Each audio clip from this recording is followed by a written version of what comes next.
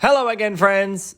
I was thinking about the years I spent in Korea, first as a teacher and then when I went to university there, and I remembered a lot of new expressions that don't always translate exactly into English. But that really says a lot about the culture.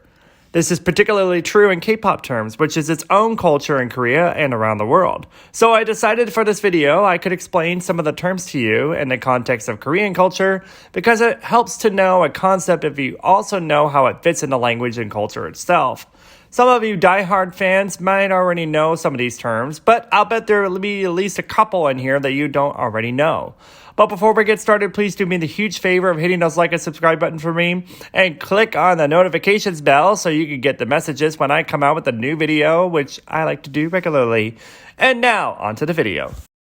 Alright, first one up, Aegyo.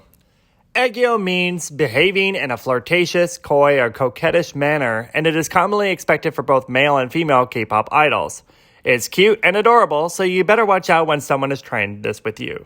My dark and twisted soul is unaffected by this, honestly, but others are captivated by it. It usually involves an innocent smile or smiley eyes and a higher voice like a young person would have. Can you use it in a sentence, please? Jennie did Aegyo as fan service and the fanboys immediately booked their flights to Korea, despite COVID restrictions. Nugu. Technically, this means who in Korean, but you can think of this as the same way as someone brings up the name of someone or group that's often unnoticed or slept on. Could you use it in a sentence? DGNA is one of the greatest groups in K-pop and y'all missed out and now they're a Nugu group. Does that help you sleep better at night? Bitch. Sasaeng fans. There are obsessive fans, and then there are Sasaengs. If you live for your bias and collect everything related to them and imagine yourself married to them with children and a house, a suburbia, and a little yappy dog and get divorced and cry for weeks wondering what went wrong, you're just obsessed and delusional. No, a Sasaeng takes it further than that. This obsessive fan, or an anti-fan in some cases, stalks their target and otherwise invades their privacy. They slash their tires, steal personal items, and harass their target to depression. It's crazy, boiled rabbit on the stove behavior. Can you use the word in a sentence? Sasaengs aren't real fans. Don't give in to their ways. Block, report, and cancel at all costs. Oppa, Hyung, Noona, and Unnie.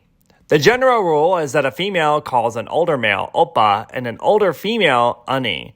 A male calls an older male Hyung and older female Noona. But in practice, it's a little bit more complicated.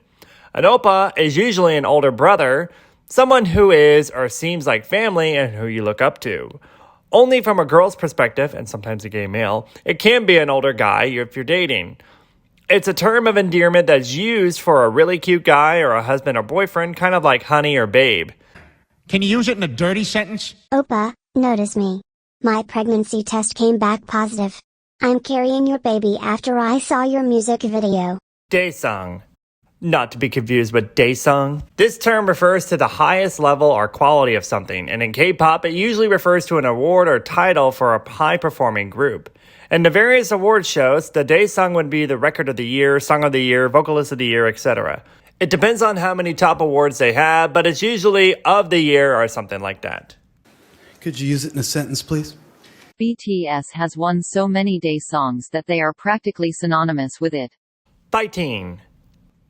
This is derived from the English word fighting, and it's used to encourage someone to persevere or fight something, and it's often used in sports, but in K-pop, it's meant to show support and cheer on their faves. Okay, may I have the sentence, please? Ulzzang, fighting, cut a bitch. Debac. This is a way of showing positive surprise or enthusiasm like wow or that's great. Could you use it in a sentence, please? 17's new song Rock With You is fire. It was Daebak really. I couldn't download it fast enough. It rocked me so hard. Magnay. This is usually the youngest member of a group. They get to be the cute one, but because they're the youngest, they're usually the lowest on the totem pole in terms of respect.